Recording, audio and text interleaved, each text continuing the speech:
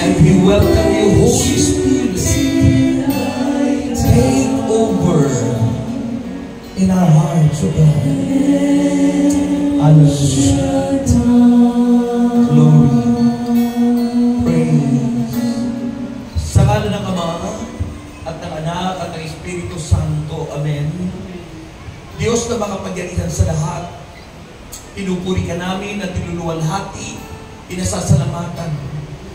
Dinadakila ka namin, sinasamba ang iyong banal at makapangyarihang pangalan.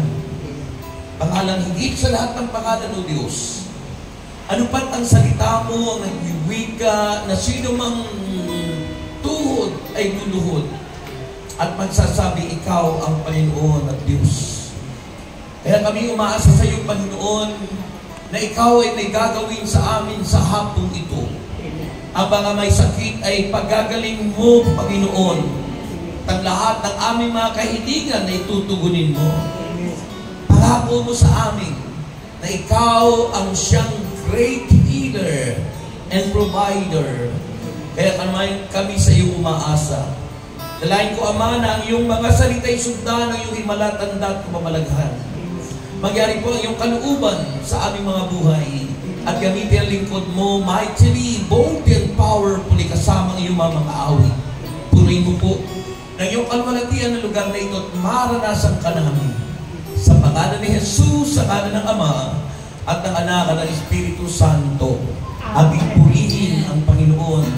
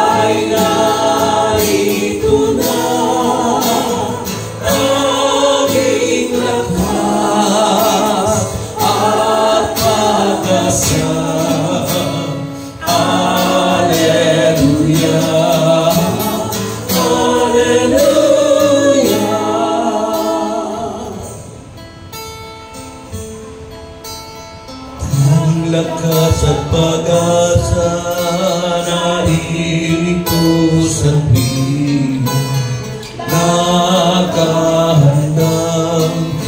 tulungan ka.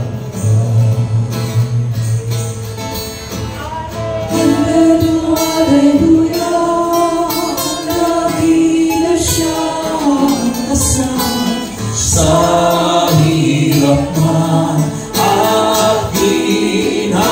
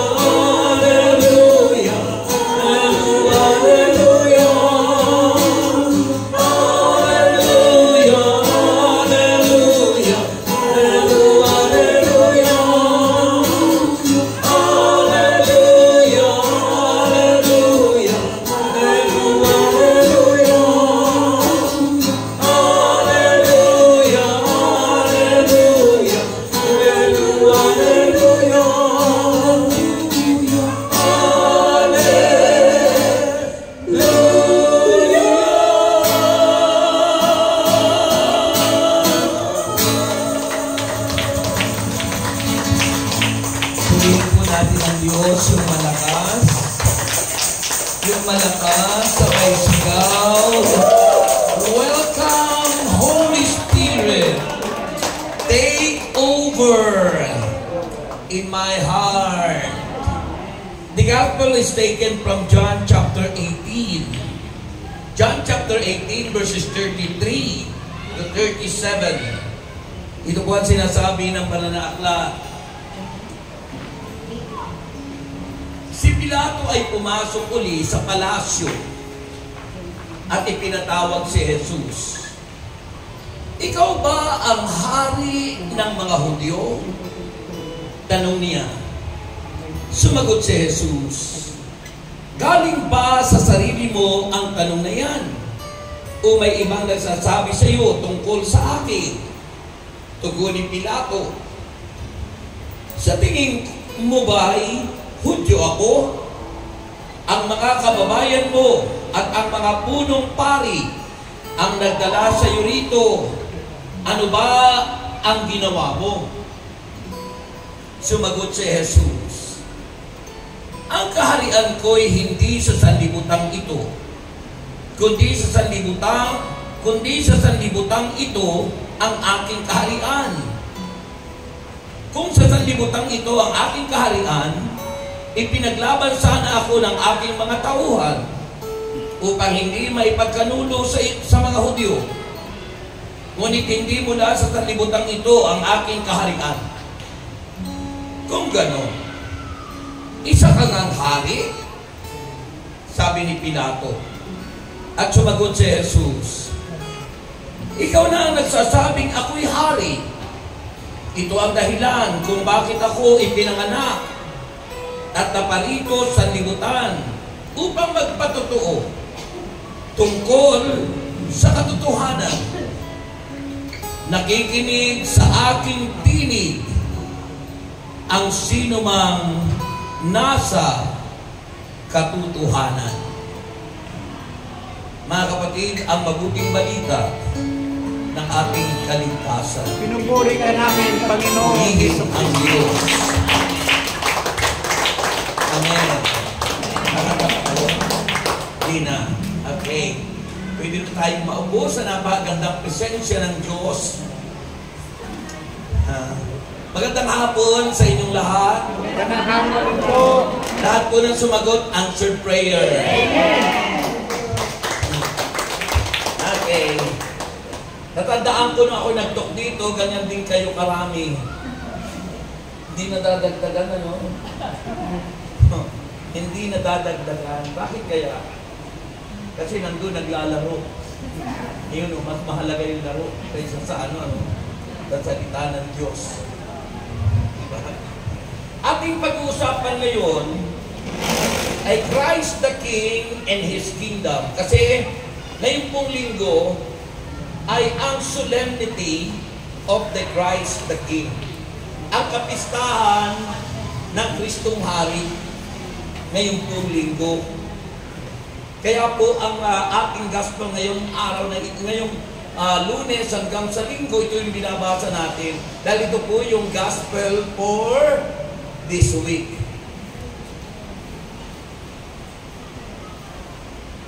Wala akong kausap. Christ the King, mga kapatid. Okay? So, ang napakaganda po na tingnan po natin yung bakit pa si Kristo ay tinawag nating hari? Christ the King. Akala po ng mga Hudyo, si Kristo ay nagtatayo ng kaharian dito sa lupa. Akala nila ay isang political theocracy na itatayong para alipinin ang mga tao. Pero sabi ni Kristo, hindi sa sanlibutan ito ang aking kaharian.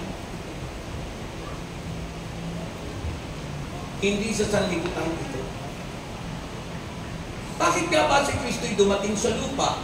Kaya nga nakita nyo sa verse 33 sa gospel natin, ito po'y bahagi ng tinatawag na the Paschal Mystery ng Panginoon.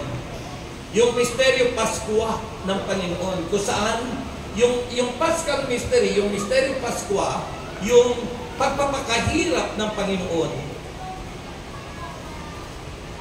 Yung siya'y pinaghirap at pagkatapos siya'y namatay sa krus, pagkatapos siya'y muling nabuhay, at pagkatapos siya'y babalik. Na yun ang ating hinihintay. Wala akong kausap. Amen. Amen. At least may na-amen. Sabi may kausap ako. Amen. So yun po yun. Kaya ano ang sinasabi? Si Pilato ay pumasok uli sa palasyo kasi iniharap si Jesus kay Pilato para hatulan. Bahagi ng Paschal Mystery. At ang Paschal Mystery, ang purpose, ang layunin, for the salvation of mankind. Para sa kaligtasan nating lahat. Wala akong kausap. Amen. Para sa kaligtasan nating lahat. Kaya yung tema po ng topic ngayon ay kaligtasan, salvation, na ating pinamagatang Christ the King and His Kingdom. Ang Kristong Hari at ang Kanyang kaharian. Kaya iniharap si Kristo kay Pilato. At ang sabi ni Pilato, ikaw ba ang hari ng mga Hudyo? Tinatanong ni Pilato si Jesus. At ang sabi po ni Jesus, galing ba sa sarili mo ang tanong na yan? O may ibang nagsasabi sa iyo tungkol sa akin? At tugon naman ni Pilato, sa tingin mo ba ay Hudyo ako? Ang mga kababayan mo at ang mga punong pari o saserdote ang nagdala sa iyo rito, ano ba ang ginawa mo? Ano ba ang ginawa ni Jesus? Bakit ba siya pinaparusahan? At bakit ba ang nagdala sa kanya doon kay Pilato ay ang mga religious leader ng relihiyong Judaismo? Yung pong tinatawag na pari dito, saserdote, ay hindi po paring Katoliko, yung po ay religious leader ng simbahan o relihiyon ng mga Hudyo. At ang relihiyon ng mga Hudyo ay ang tinatawag na Judaism o Judaismo. Kaya maliwanag na nakita niyo dito na ang nagpapatay at ang nagparusa kay Kristo, hindi po ang simbahan natin. Amen. Na sinasabi ng ibang sekta, ang Katoliko raw ang nagpapatay kay Kristo dahil narinig nilang ang nagdala kay Pilato ay mga pari o saserdote na hindi naman po yung pari Katoliko. Naliwanag ba? Amen. Mahina? Amen. Naliliwanagan kayo? Amen. So yun po yun. Kasi sabi ni Propeta Hosea, pag tayo kulang sa kaalaman, kapahamakan ng ating kaluluwa yun. At marami nang napahamak.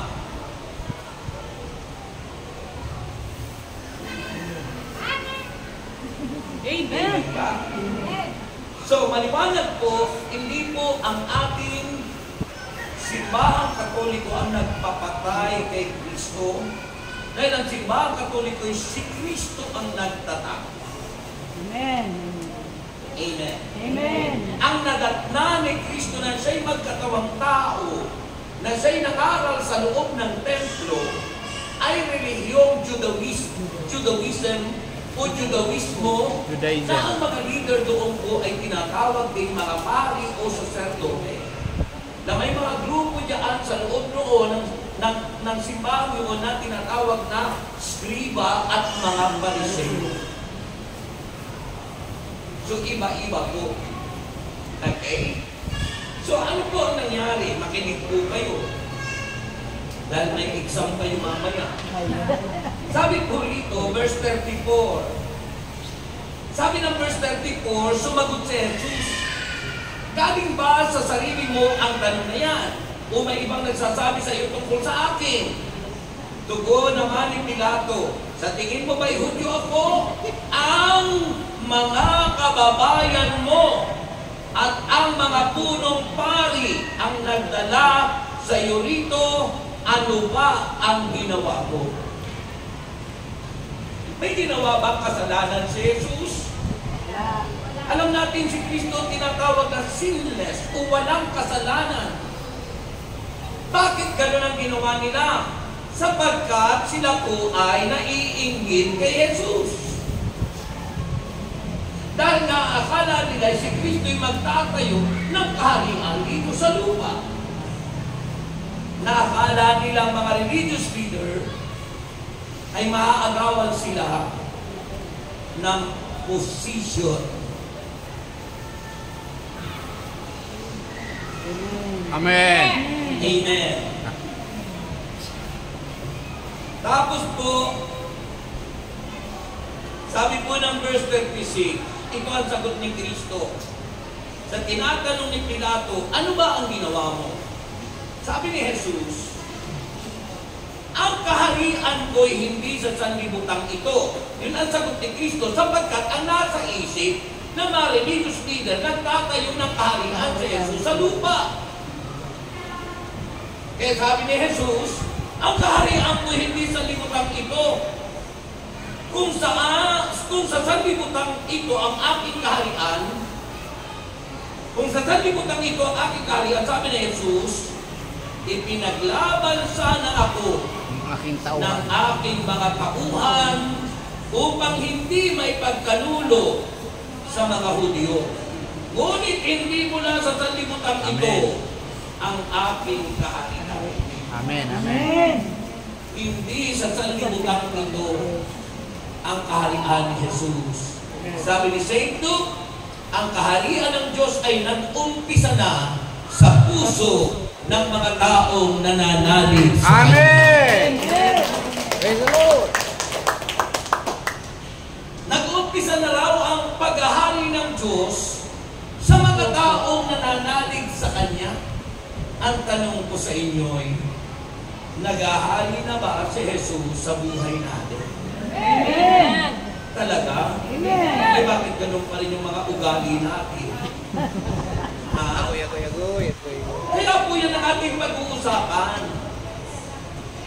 Kung naghahari na si Kristo sa buhay natin, ito ang unang tanong natin. We may ask ourselves now about our relationship with Jesus. Ano ba yung relasyon natin kay Jesus? Kung si Kristo ay naghahari sa buhay natin, ano na yung relasyon natin kay Jesus?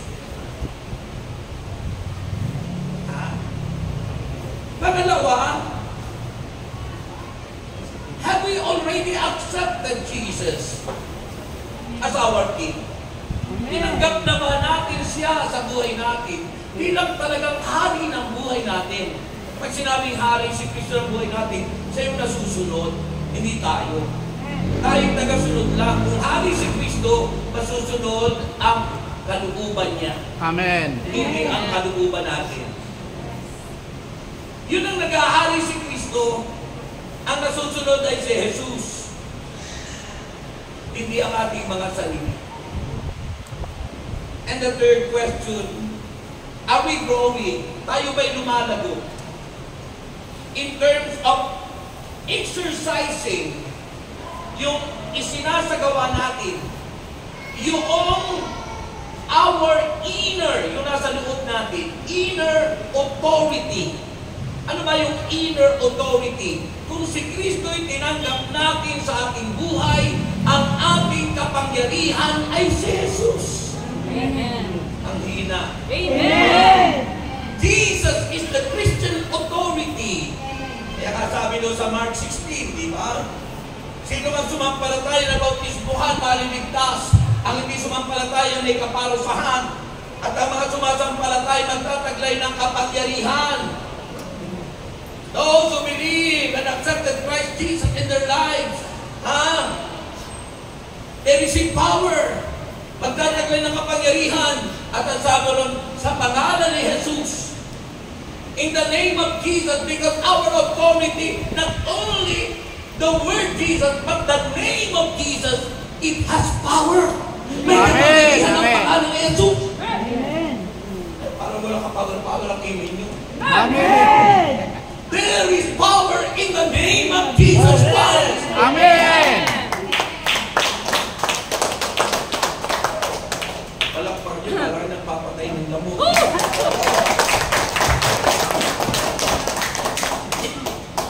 Amen. Magtandaan niyo po, lagay niyo sa isip niyo, may kapangyarihan ang pangalan ni Hesus Kristo.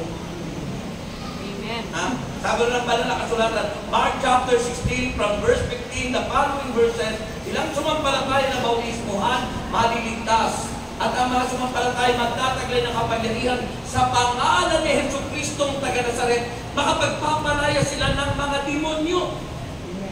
Amen. Makapagpapalayas daw tayo ng mga demonyo. Ngayon, ginagawa ba natin palayasin yung demonyo? Yun yung nasa third question eh. Yun yung nasa third question sa Roma number 1 natin.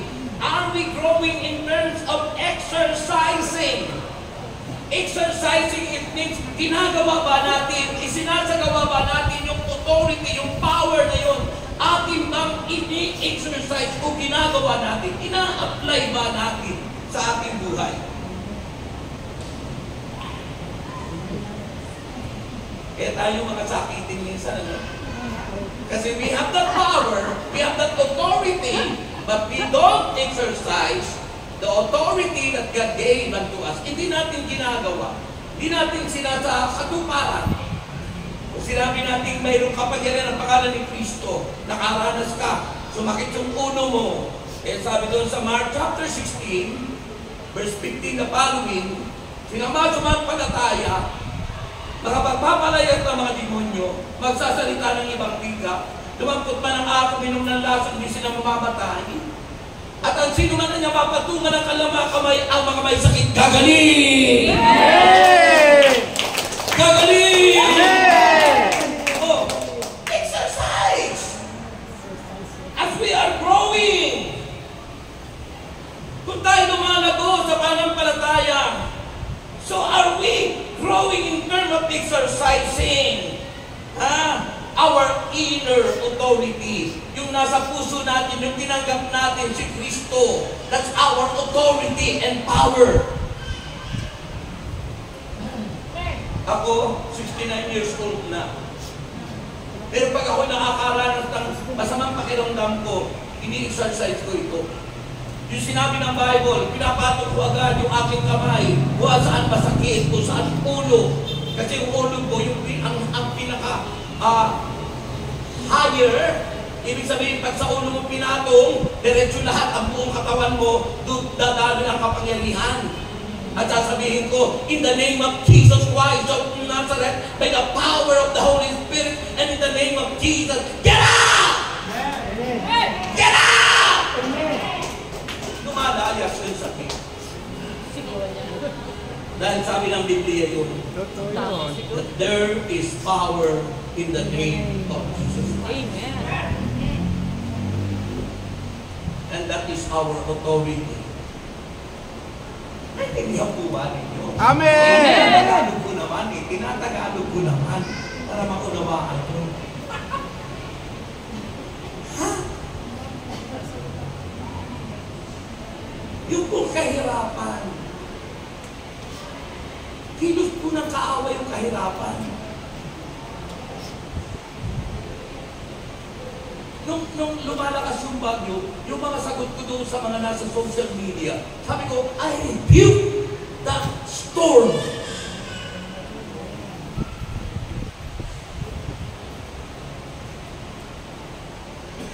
Kaya po yung ini-exercise natin, yung ginagawa po natin, sinasabuhay, ginagawa po natin, yung sinasabi ng Diyos. Ay kung tayo mananampalataya, ay pagkatapos natin, napakinggan natin yung araw, hindi naman natin ginawa, useless. Bakit wala? Di ba? Ay di po natin sinabuhay ang salita ng Diyos. Hanggang ganun na lang tayo. Di ba? Sabi ng ating servant leader at nasa aklat ng Proverbs, kawikaan, buhay natin at kamatayan ay nasa dila natin na kasalalay.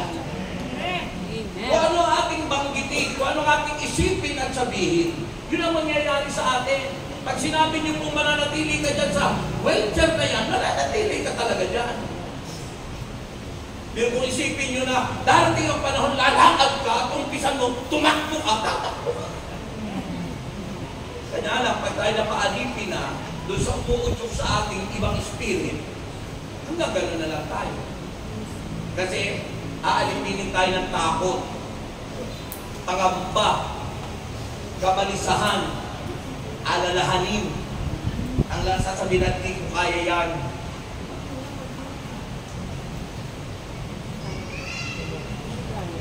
Wala akong kausap yan. Wala akong kausap yan. May kausap ba ako? Amen. Amen. Yung po yun, mga kapatid.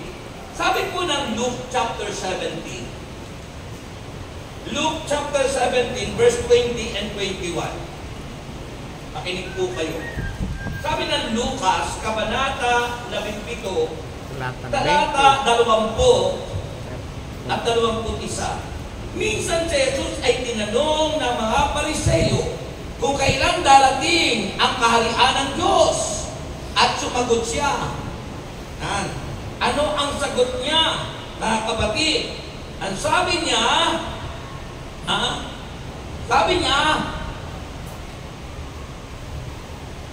sa mga alagad, darating ang panahon na hahangarin niyong makita ang isa sa mga araw ng anak ng tao, ngunit hindi ninyo ito makikita.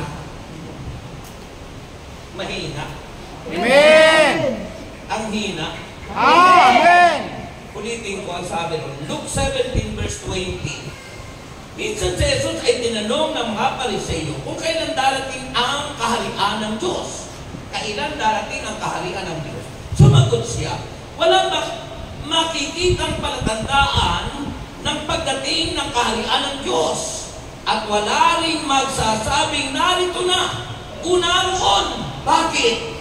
Sapagkat ang kaharian ng Diyos ay nasa sa inyo. Nasa sa kaloob-looban natin. Amen. Sa ating kaloob-looban ng pagkatao natin. Yung naghahari ang Diyos. Amen. Doon naghahari sa kaloob-looban. Ang tawag doon ay yung inner self. Yung inner self. At yung po, nandun si Jesus. Yung presence niya, yung Espiritu ng Diyos na tinawag na Espiritu Santo, na tinawag din the Spirit of Christ. Ang Espiritu ni Kristo na siyang sinag at liwanag sa buhay ng mga sumasampalataya sa Kanya. Grabe Amen. ang inyong papuri sa Panginoon.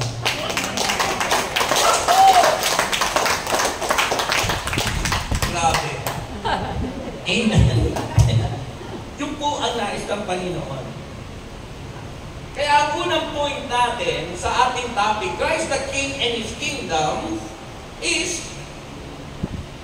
it must started, nag-umpisa sa atin. Kasi nakikihari tayo, Jesus Christ the King. But the question is, siya ba'y nag-ahari sa iyo? Meron ka bang relasyon sa Kanya? Tinanggap mo ba siya bilang hari mo? At lumalago ka ba doon sa pagsasabuhay ng authority o kapangyarihang binigay sa atin? Di ba sabi ng Panginoon, all powers in heaven and on earth was given to me by my Father. Lahat ng kapangyarihan binigay na sa akin ng Ama, sabi ni Jesus. Kaya ang lahat ng tatanggap kay Kristo at mag-ahari si Kristo sa ating buhay, ang lahat ng kapangyarihan yun ay nasa sa atin na. Kaya inaawit natin eh.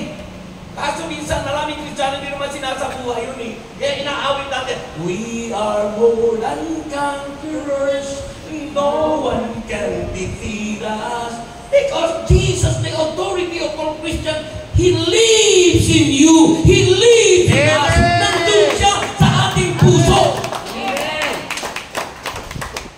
Oh, pagkatapos tayo ng mga Kristiyano, nagmumukhang talunan. Sabi ng 1 John 4:4, di ba? Greater is Jesus who is in us. Higit ang niya makapangyarihan si Kristo nasa sa atin. Kaysa kay Satanas na sa libutan.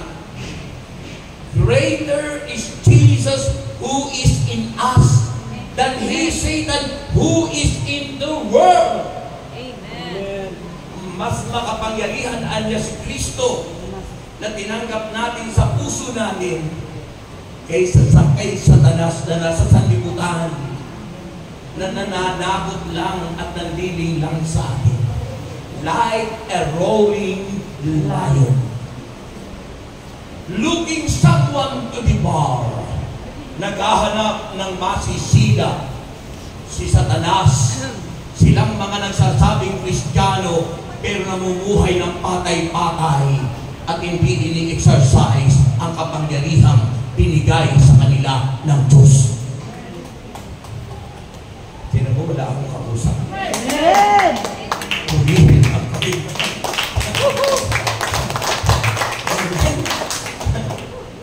Dapat tayo na sa mga topic na we are more than conquerors. Nandun na tayo sa spiritual warfare. Nakikipaglaban na tayo. So second point, pangalawa. So the first point is Jesus now is your king in your life? May relasyon ka na ba sa Kanya? Tinanggap mo na ba siya bilang hari mo? O lumalago ka ba by exercising that authority in your life? Second point, pangalawa po, ito po, Christ the King, na sinasabi po doon, sabi roon sa pagtanggap natin, ito po kasama pa doon sa number 1 pa, sabi ng John chapter 1 verse 12. Ano sabi ng John chapter 1 verse 12? Sila lamang na nalig tumanggap na nampalataya kay Kristo ang siyang may karapatang magsabing sila'y mga anak ng Diyos.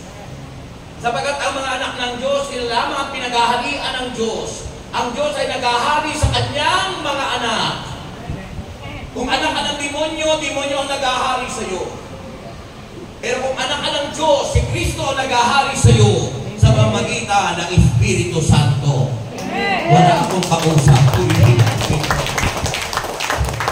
Amen. Amen. Pag ba si Kristo ay nagahari sa iyo, naglalasing ka pa ba? Hindi na. Pag ba si Kristo na ang nagahari sa iyo, tumataya ka pa ba sa loto? Hindi na. O sa wedding? Hindi kami natayo. Ha? Pag walang nasa ko. Hindi na. Ha?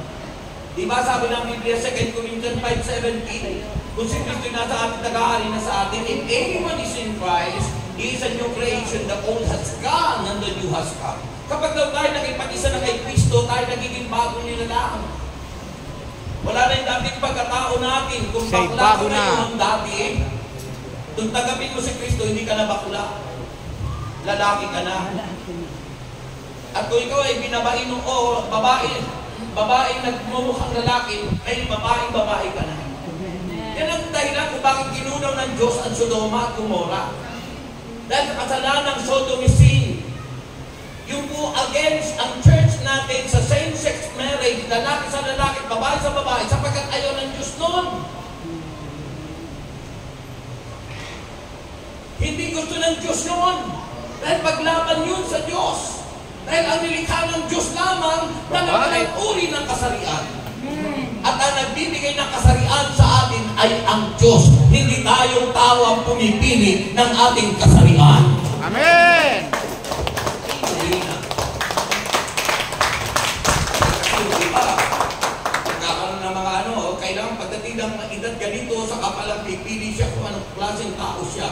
Anong klase yan? Diyos ang nagbibigay ng kasarian ng tao. Babae ka ba o lalaki ka? Wala nang Kaya mali pagpipilian. po yung sinasabi ng ibang mga tao. Binigay sa'yo. Yan po ay kilos ng demonyo. Yan po ay pagkaalipin ni Satanas sa buhay natin. Dahil kung tayo po'y naghahari si Kristo sa buhay natin, si Kristo ang kikilos sa atin ayon sa buhay na matuwid at kalugod-dugod kay Yahweh El Shaddai. Amen! Ang hina. Amen! So number two, as Christ, as King, Jesus Christ welcomes believer into His kingdom. Bilang si Kristo ay hari, si Kristo ay nag-aanyaya sa lahat sa kanyang kaharian. Lahat ng tao, di ba sabi ng paanyaya, the greatest commandment at the greatest invitation of God. Ang pinakadakilang paanyaya ng Diyos, Mateo 11 verse 28. Come to me. Lumapitan niya kayo sa akin, kayong lahat na nangapapagal. Kayong lahat na nabibigatan ng inyong mga pasanin. Kayo'y aking pagpapahingahin. Pasanin ninyo ang aking pamatok at mag-aral kayo sa akin. Nakitatamara na maraming Kristiyano, salamat sa Diyos, naririto kayo nag-aaral ng pasaning salita ng Diyos. Amen! Sa palakpak niyo po, marami kayong bonus na tatanggapin. Amen? So, as King, bilang hari si Kristo ng ating buhay, Christ welcomes believer into His kingdom. Sabi po ng Luke chapter 23. Makinig po kayo. Luke chapter 23. Ano ang sinasabi ng Biblia? Lucas, Kabanata 23, talata 42. Luke 23 verses 42 and 43. Pakinggan nyo dito. At sinabi pa nito, ang nagsabi po rito yung magnanakaw na nakapako sa krus. At ang sabi niya, Jesus, alalahanin mo ako kapag naghahari ka na. At ang sabi po ng Panginoon, sinasabi ko sa iyo, isasama kita ngayon sa paraiso. Amen. Wala akong kausap. Sinasabi sa atin ng Panginoon, ngayon din isasama tayong lahat ng Diyos sa paraiso. Yung pangako ng Panginoon, ang buhay na walang hanggan. Dahil nag-iimbita ang Panginoon sa baron. As Jesus the King, Christ welcomes believer into His kingdom. 2 Timothy. Ikalawang Timoteo, Kabanata 4. Sabi po rito ng banal na aklat, pakinggan nyo, makinig po kayo. 2 Timothy, chapter 4, verse 18. Ito ang sabi ng Biblia, makinig kayo. Ang Panginoon ang magliligtas sa akin. Sino ang magliligtas sa inyo? Ang Panginoon. Ang Panginoon. Ang Panginoon, hindi yung inyong anting-anting. Ang Panginoon ang magliligtas sa atin, hindi yung ating pera at kayamanan. Amen. Sabi noon, ang Panginoon ang magliligtas sa akin sa lahat ng kasamaan at siya rin ang maghahatid sa akin ng ligtas sa kanyang kaharian. Sa langit, purihin nawa siya magpakailanman. Ikaw pa rin.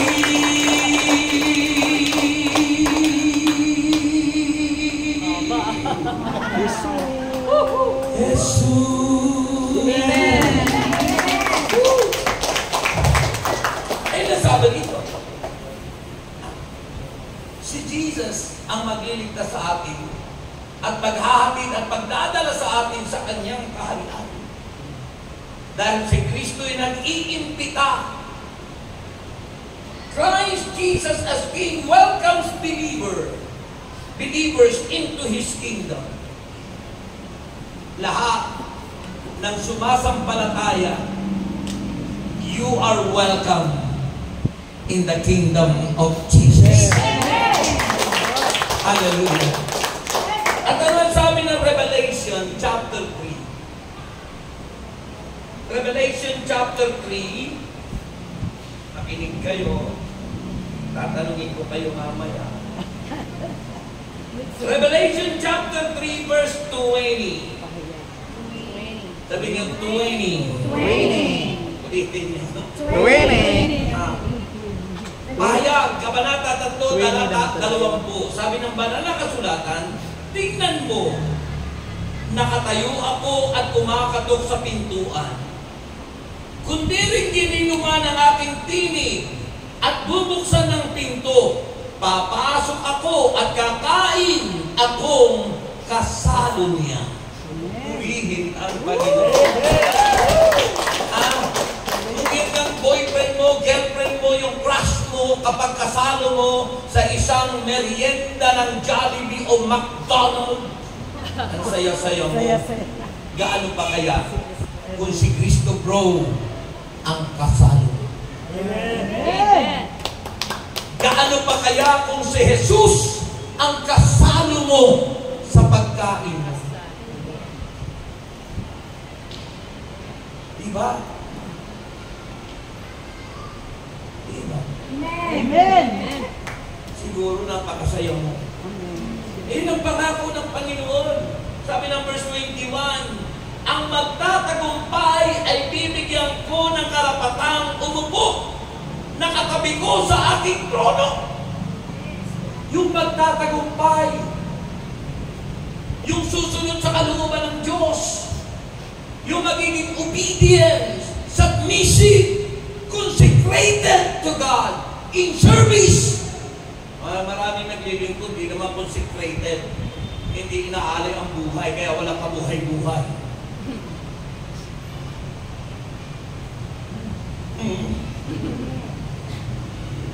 And sabi rito ng Bible, ang magtatagumpay, Revelation chapter 3 verse 21, ang magtatagumpay ay bibigyan ko ng karapatang umupo sa katabi ko, sa aking trono, katulad ko na nagtagumpay at nakaupo ngayon katabi ng aking amang si El Shaddai sa kanyang trono. Ang sarap ng mga pangako ng Diyos. Kapag inyong pinagnilayan ang mga pangako ng Diyos, hindi ka manghihina, hindi ka manlulupay-pay, hindi mo sasabihin, may sakit ka, may rayuma ka, masakit yung tuhod mo, wala kang pera. Hindi ka magsasabi sa kumari, Mari, ano tumama? Hindi mo sasabihin yan. Dahil ang sasabihin mo lagi, praise the Lord, hallelujah, purihin ang Panginoon.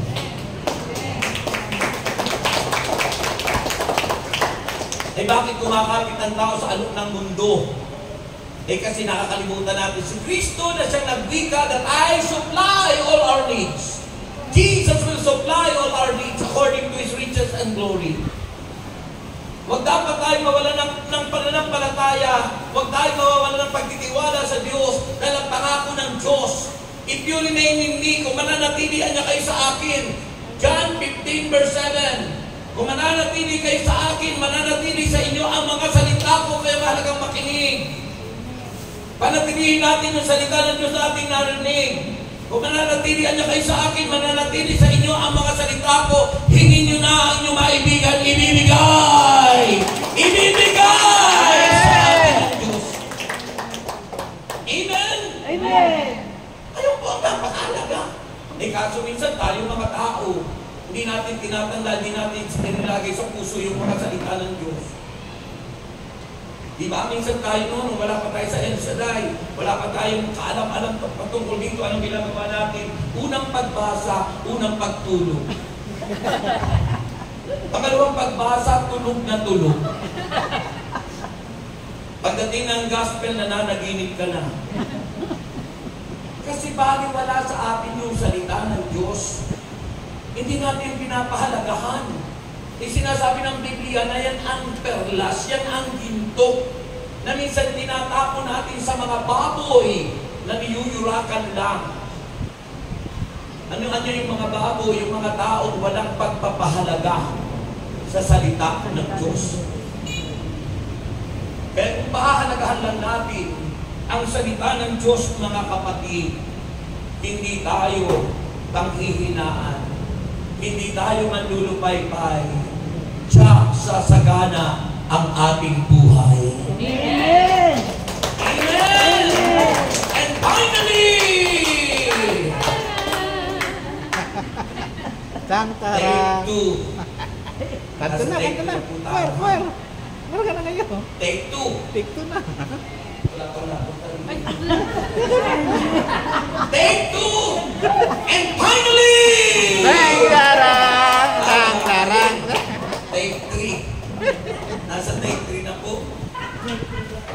Pag nag-take three na tayo sa shooting, naku, magagalit na yung director sa akin. Okay. Take three. Okay. And finally,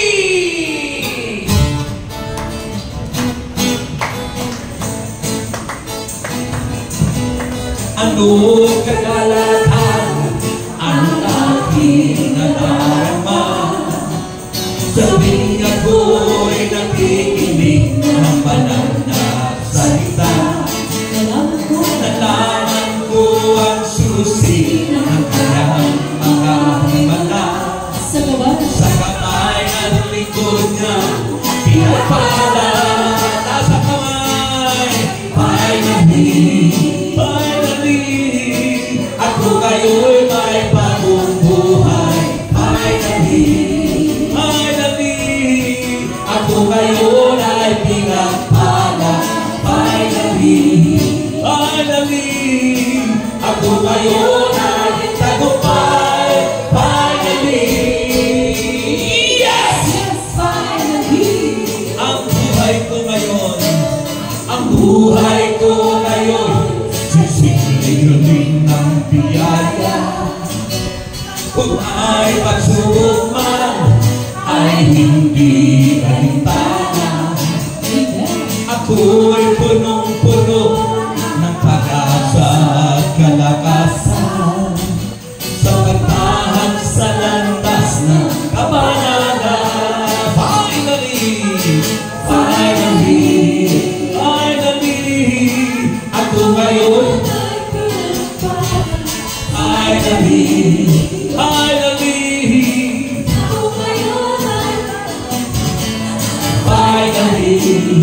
finally, ako ngayon ay tagumpay. Finally, yes! And finally, yes! And finally, yes! Sabi niyo, ulitin niyo nga, lahat ng sumigaw may bonus. And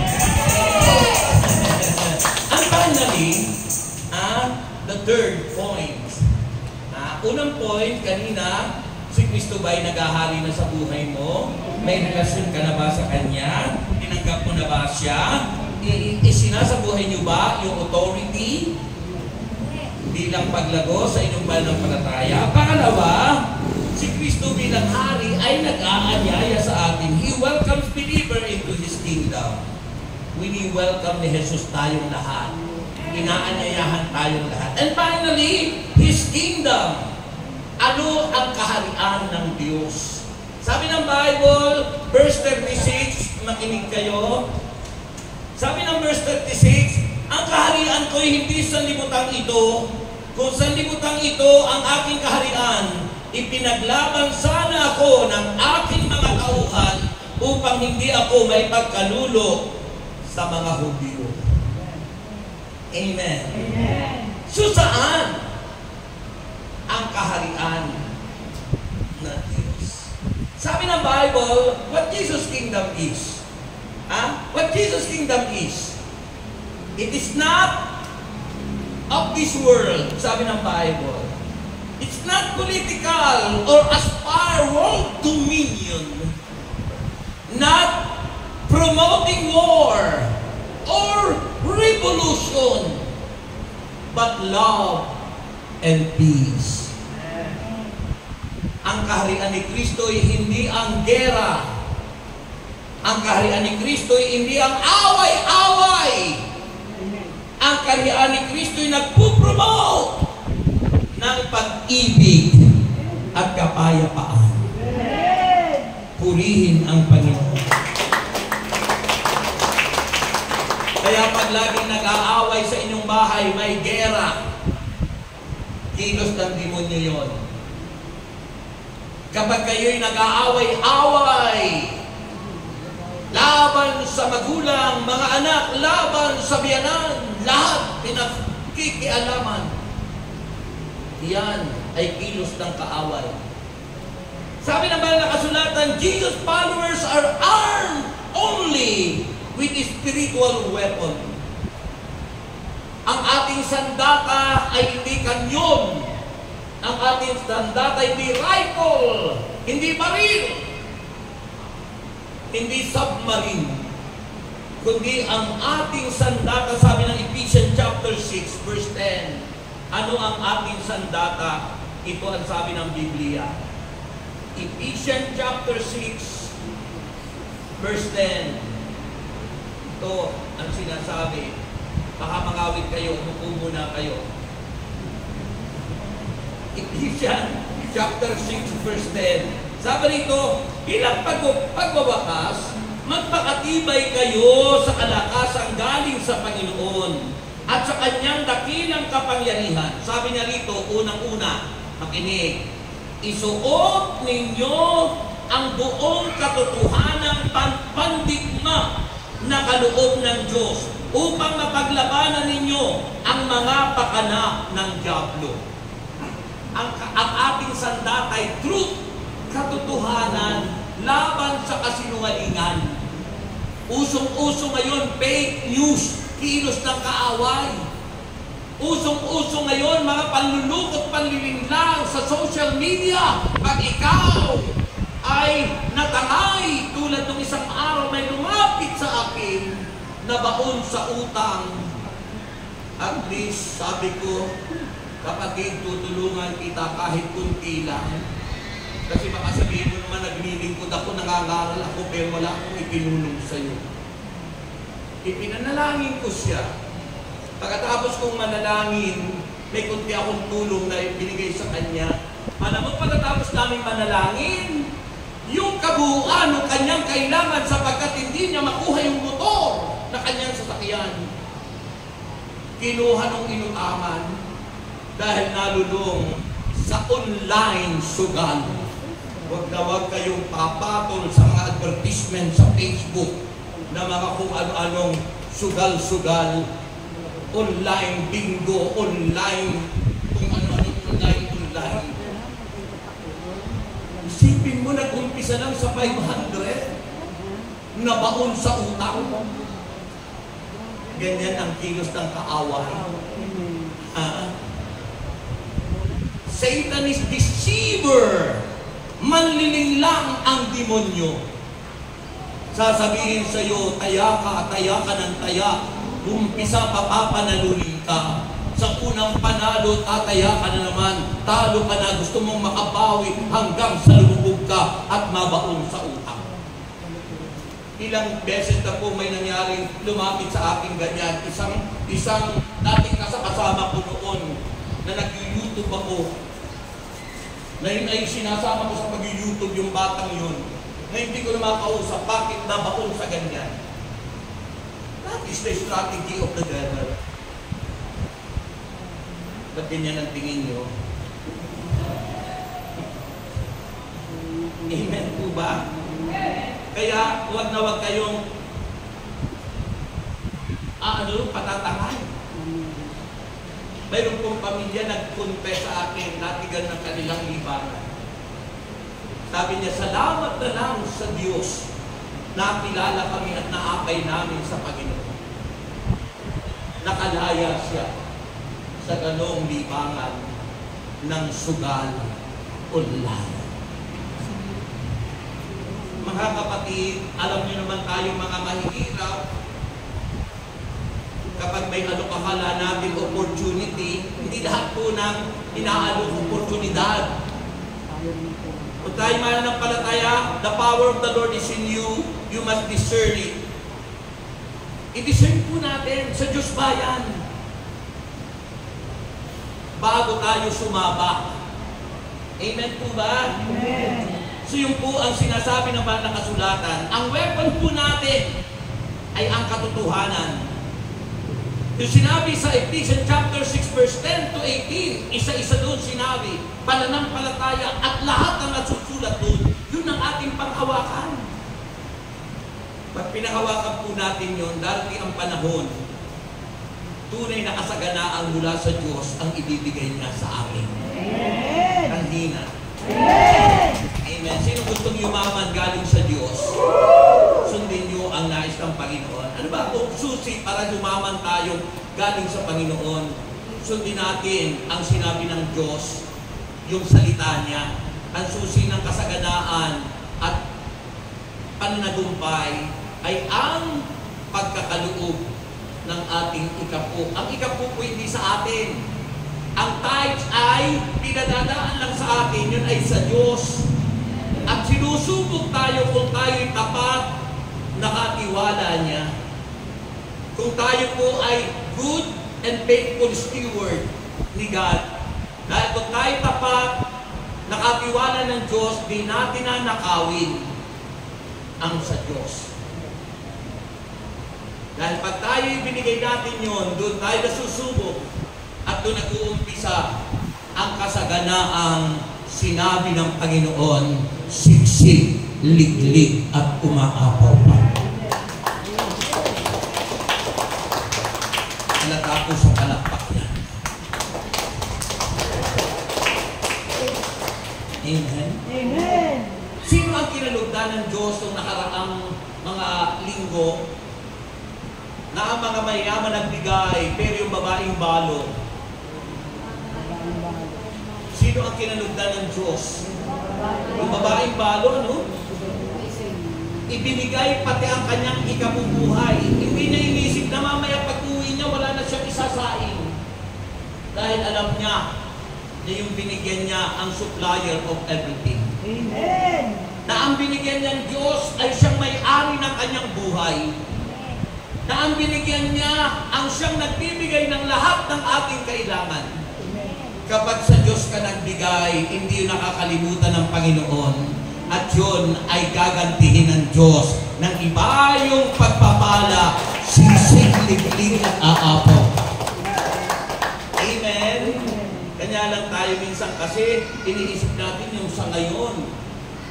Diba? Kaya pag nakapulot ka na hindi sa'yo, inaangkin mo na. Wala naman nakakakita. E kaso si Lord nakita ka. So nakita ng Diyos, you are not faithful. Yun po yun. Anong sabi ng banal na kasulatan? What Jesus' kingdom is, Christ's kingdom, the kingdom of God involve His rule. Yung kanyang pamamahala, lordship, power, and spiritual activity. Ano ba ang spiritual activity? Sabi ron, an spiritual activity in the lives of all who receive Him. Yun yung sinabi sa verse 37. Ano sabi ng verse 37? Sabi niya, ikaw na ang nagsasabing ako'y hari. Ito ang dahilan kung bakit ako'y pinanganak na naparito sa sanlibutan upang magpatotoo tungkol sa katotohanan. Ang mga tunay na pinaghaharian ng Diyos nabubuhay sa katotohanan, hindi sa kasinungalingan. Sabi ng Revelation chapter 21 verse 8, ang mga sinungaling ay mapapasaapoy ng impyerno. Liar, go to hell. Gusto niyo sa impyerno? Sino gusto sa impyerno? Magsinungaling kayo. Sabihin mo sa misis nyo pag umuwi kayo, ay galing ako sa ganun, pero hindi ka naman doon galing. Sabihin nyo yung kasinungalingan siya, madadali kayo mapunta sa impyerno.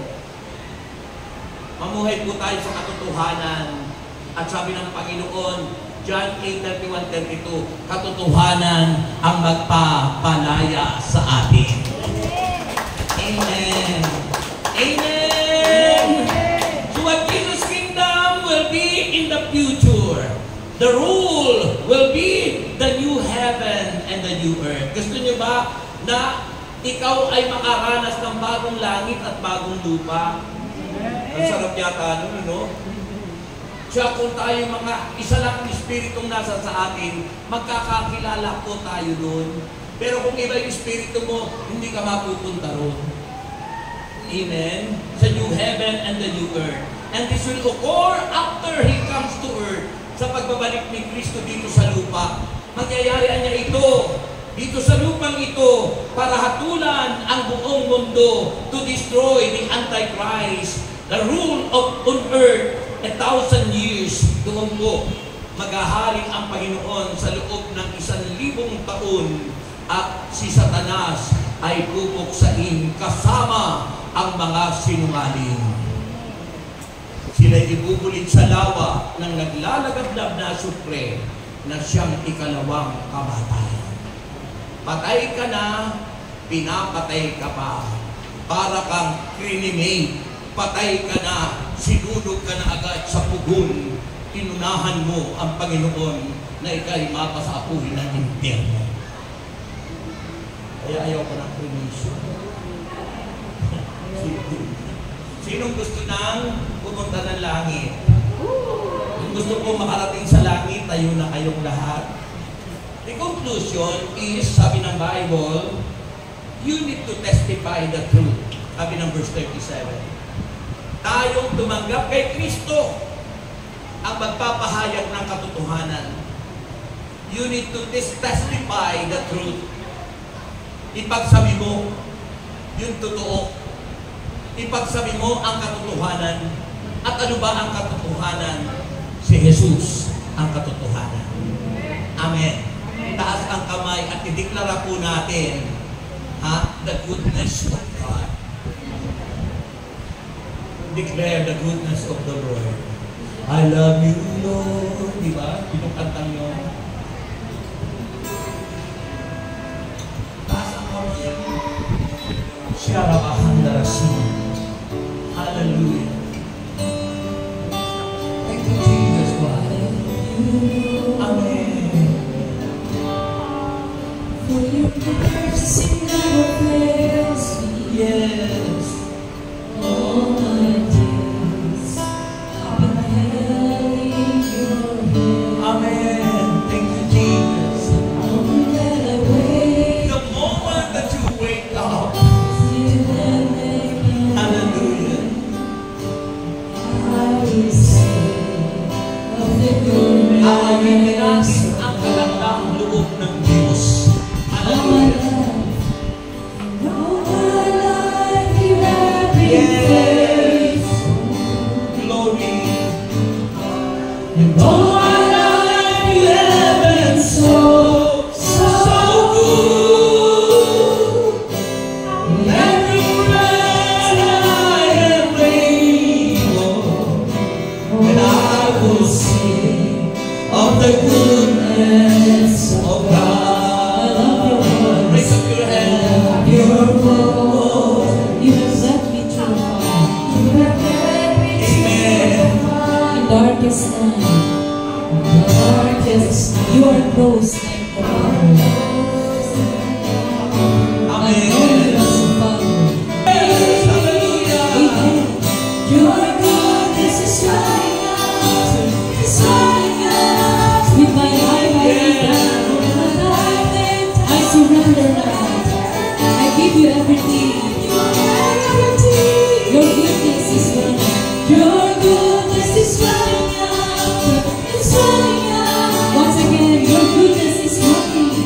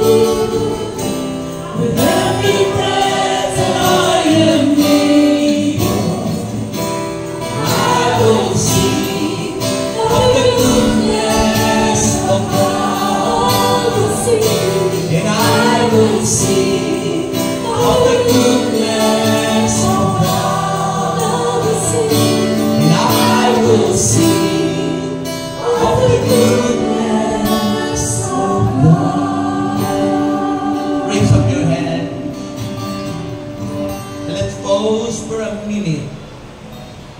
And let's feel the presence of the Lord.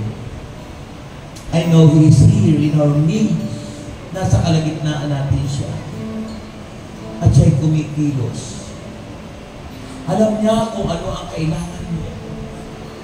Alam niya kung ano ang pagkatao mo. Dahil siya ang may-ari ng ating buhay. Alam niya kung ano ang ating pangangailangan. That He is more than concerned than us. May malasakit siya sa atin. At siya'y kumikilos na sa iyo. Alam niya yung sakit mo at alam niya may karamdaman ka kaya pinagagaling ka niya ngayong gabi ito. Pinagpapala niya ang buhay mo ngayon. His power is moving. And He's doing something good in your life. Pinagagaling ka, pinalalakas ka. Pinagpapala ka niya. Dahil siya ay nagmamahal sa atin. Higit siyang may malasakit sa atin kaysa sa ating mga sarili. Pinagmamalasakitan tayo niya. At ninyo'y gumagaling ka na. And Lord, I pray in the name of your Son, Jesus Christ, by the power of your name and the name of Holy Spirit, I rebuke whatever kind of sickness. Sinasaway ko lahat ng uri ng sakit at karamdaman o ano ang kilos ng kaaway. I rebuke you, Satan. Get out! Get out! Go! Go! Go! You are not welcome in our life. You are not welcome, Satan, in our lives. Only Jesus is welcome in our heart. And I claim the power of the anointing in the name of Jesus Christ. Father, we pray to cover us with your precious blood. Make us holy, Lord, worthy in front of you, blameless, walang kapintasan. Because your blood is so precious. Your blood is so powerful. At ang blood mo yan ay naglilinis sa amin. Thank you so much, Lord. And we claim na kami pong lahat ay pinagaling mo na. Na kami lahat ay pinagpala mo na. Na kami lahat ay malaya na. That we are more than conqueror. No one can defeat us because Jesus Christ is in us. Jesus Christ lives in our heart. And we thank you so much, O Lord God. Sabihin mo ngayon, Panginoong Jesus, salamat sa iyong pagmamalasakit sa akin. Salamat sa buhay na pahiram mo sa akin, sa kalakasan, sa lahat ng supply mo sa akin. Salamat sa pamilya. Salamat sa ministeryo. Salamat, Lord, sa lahat-lahat. Ito po'y aming pasasalamat sa iyo. Sa ngalan ni Jesus. Anong sagot? Amen! Amen. Palakpakan natin si Lord, yung malakas. At sabihin mo ngayon, I am healed. Magaling na ako. Sabihin mo ngayon, I am strong. Malakas na ako. Sabihin mo ngayon, I am good health. Wala akong sakit. Sa ngalan ni Jesus. At sabihin mo ngayon, I am rich. I am rich. Anong Rex? Rich. I am rich. Mayaman na ako. Sa ngalan ni Jesus. Amen? Amen. Okay, lahat ng mayaman, itaas ang i-offer niya kay Lord. Lahat ng mayaman, itaas ang mga ihahandog niya sa Panginoon. Okay? Lahat ng mayaman. Lahat ng mayaman, tayo na yung mga handog nyo sa Panginoon. Okay? Naka-ready na, nakanda na. Okay? Yan po ang susi ng kasaganaan para tayo sumagana ang buhay. At kung ano ang inyong isipin at sabihin, mangyayari sa inyo, sa ating lahat. Ama namin Diyos, basbasan ang mga bagay na ito, panyo, asin, langis, Biblia, wallet, bag, passport, papeles, at lahat ng aming mga prayer requests ay inaagin po namin kami lahat ay answered prayer. Pagpalain ko ang aming mga arat handog, ibalik na ayon sa iyong pangako, siksikling ka tumaapaw. Kaya tinawagin na po namin kami lahat ay tagumpay na at malayang-malaya na. Lord, we thank you as we sing, give thanks with a grateful heart of Jesus. Ihatog na po natin ang ating